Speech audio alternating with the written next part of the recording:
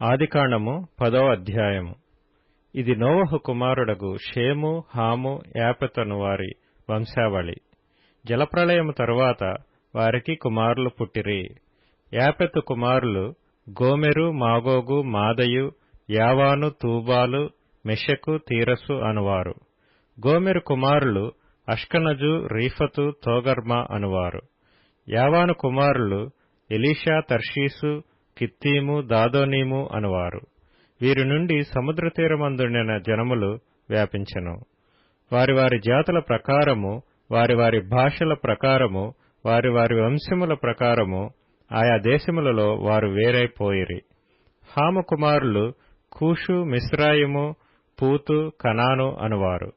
కూషు కుమారులు సెబా, హవీలా, సప్తా, రాయమా, సప్తక అనువారు. రాయమా కుమారులు షేబ, దదాను అనువారు. కూషు నిమ్రోదును కనెను. అతడు భూమి మీద పరాక్రమశాలి అయి యుండుటకు ఆరంభించెను.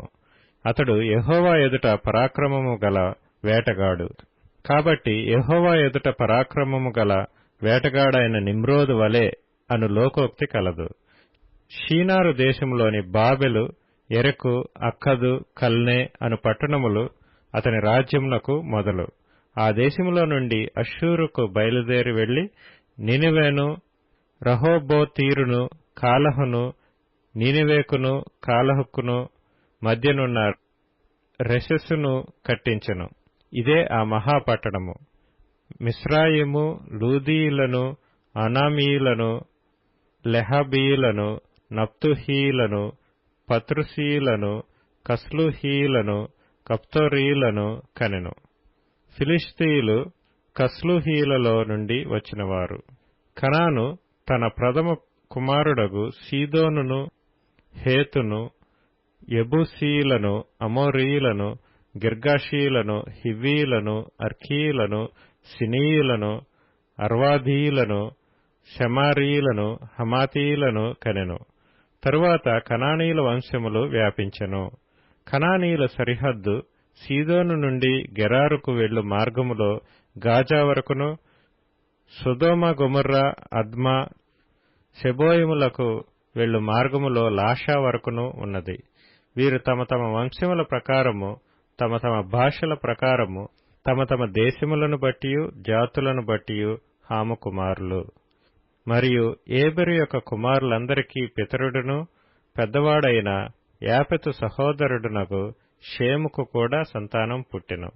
షేము కుమారులు ఏలాము, అష్షూరు, అర్పక్షదు, లూదు, అరాము అనువారు.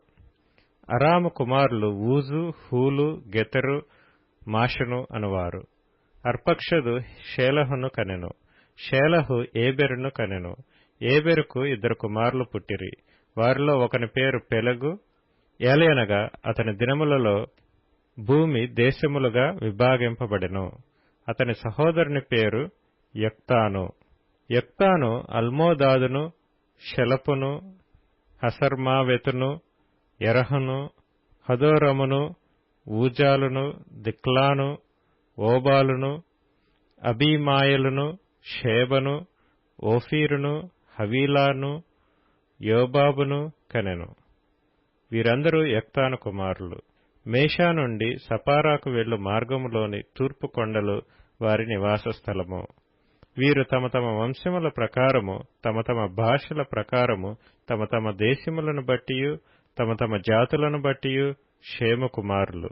వారి వారి జనములలో వారి వారి సంతతుల ప్రకారము నోవహు కుమారుల వంశములు ఇవే. జలప్రవాహము గతించిన తరువాత వీరిలో నుండి జనములు భూమి మీద వ్యాపించెను.